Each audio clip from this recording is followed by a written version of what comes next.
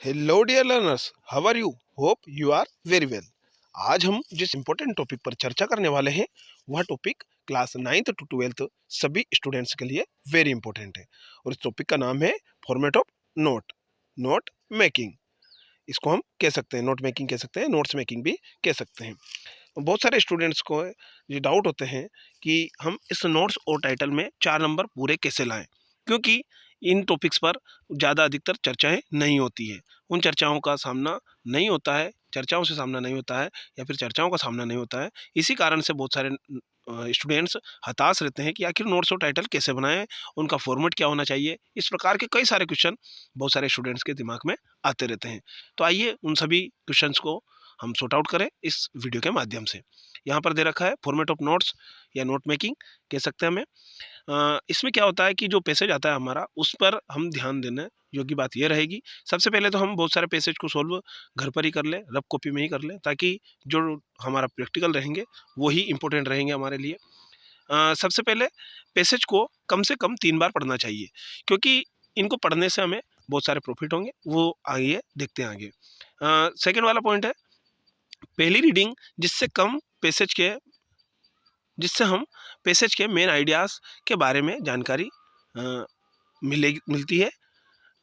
इस रीडिंग से हमें पैसेज का टाइटल भी मिल सकता है, जिससे कि हम जो पैसेज पढ़ रहे हैं उसका टाइटल भी हमें मिल जाता है और उससे भी प्रॉफिट होता है। तीसरा पॉइंट दे रखा है दूसरी रीडिंग करते समय पैसेज में आए मेन पॉइंट कीवर्ड को आइडेंटिफाई करके अंडरलाइन करना चाहिए, क्योंकि वो भी हमारे लिए प्रॉफिटेबल होता है। इसके लिए हम पेंसिल का यूज़ कर सकते हैं। तीसरी रीडिंग में मेन पॉइंट कीवर्ड से रिलेटेड डिटेल को समझकर उनको लिखना, ये हमारे पॉइंट होंगे, क्योंकि जो मेन पॉइंट से रिलेटेड डिटेल है वो अगर हम लिखेंगे तो वह हमारे लिए मेन पॉइंट या फिर वही हमारे पॉइंट्स कहलाएंगे। राइटिंग करते समय में क्या क्या ध्यान रखना होगा। अब हमारे द्वारा पैसेज में चिन्हित किए गए मेन पॉइंट को लॉजिकल सेक्वेंस मतलब होता ना वो लाइंस, उनको हम सही से लिखें, एक लिस्ट के रूप में लिखें। सेक्वेंस में निर्धारित फॉर्मेट में लिखेंगे। मेन पॉइंट से रिलेटेड डिटेल को पॉइंट में लिखना है, क्योंकि वो हमारा जो फॉर्मेट होगा वो भी गड़बड़ नहीं होगा। हमें सही फॉर्मेट में लिखना अति आवश्यक होता है। मेन पॉइंट एवं पॉइंट्स को मार्जिन के एक समान दूरी पर लिखें जिससे कि कोई गड़बड़ी ना हो। नोट्स बनाते समय ऑब्जर्वेशंस या ऑब्रिविएशंस का भी प्रयोग करें, उससे जो बड़े वर्ड होते हैं उनका शॉर्ट शब्द आ जाता है। जैसे कि मध्य प्रदेश को हम एमपी कह सकते हैं और डॉक्टर को डीआर से भी दर्शा सकते हैं। और इसमें क्या करेंगे हम फॉर्मेट ऑफ नोट मेकिंग। सबसे पहला पॉइंट जो टाइटल दे रखा है, इस प्रकार का फॉर्मेट का यूज़ करेंगे हम। इस फॉर्मेट से हमें बहुत सारे पूरे जो नंबर होते हैं वो मिल जाते हैं। जो जितने भी नंबर आते हैं, जैसे कि 4 नंबर है, 1 नंबर का टाइटल और 3 नंबर के नोट्स हैं, तो वो सारे नंबर हमें मिल जाते हैं। ऊपर हमें टाइटल लिखना है।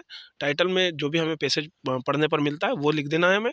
फिर उसमें यहाँ पर पहली पॉइंट जो हेडिंग होता है और उसके जो सब पॉइंट होते हैं और भी सपोर्टिंग पॉइंट, वो इन सब हेडिंग की जगह पर हम लिख पाएंगे।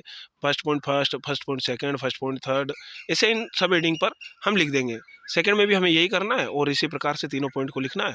और 3 वाले नंबर या 3 नंबर पर भी, थर्ड नंबर पर भी हमें यही करना है, हेडिंग डालना है और उसके बाद सब हेडिंग नीचे लिखना है। यहाँ पर दे रखा है उसका ऑब्रिविएशंस का भी हम प्रयोग करेंगे, ऑब्रिविएशंस का, तो वो पहले ही बोल चुका हूँ मैं। और इसी प्रकार से हम एक प्रभावशील नोट्स और टाइटल बना सकते हैं और पूरे नंबर ला सकते हैं। Hope you are understanding. Thank you for watching.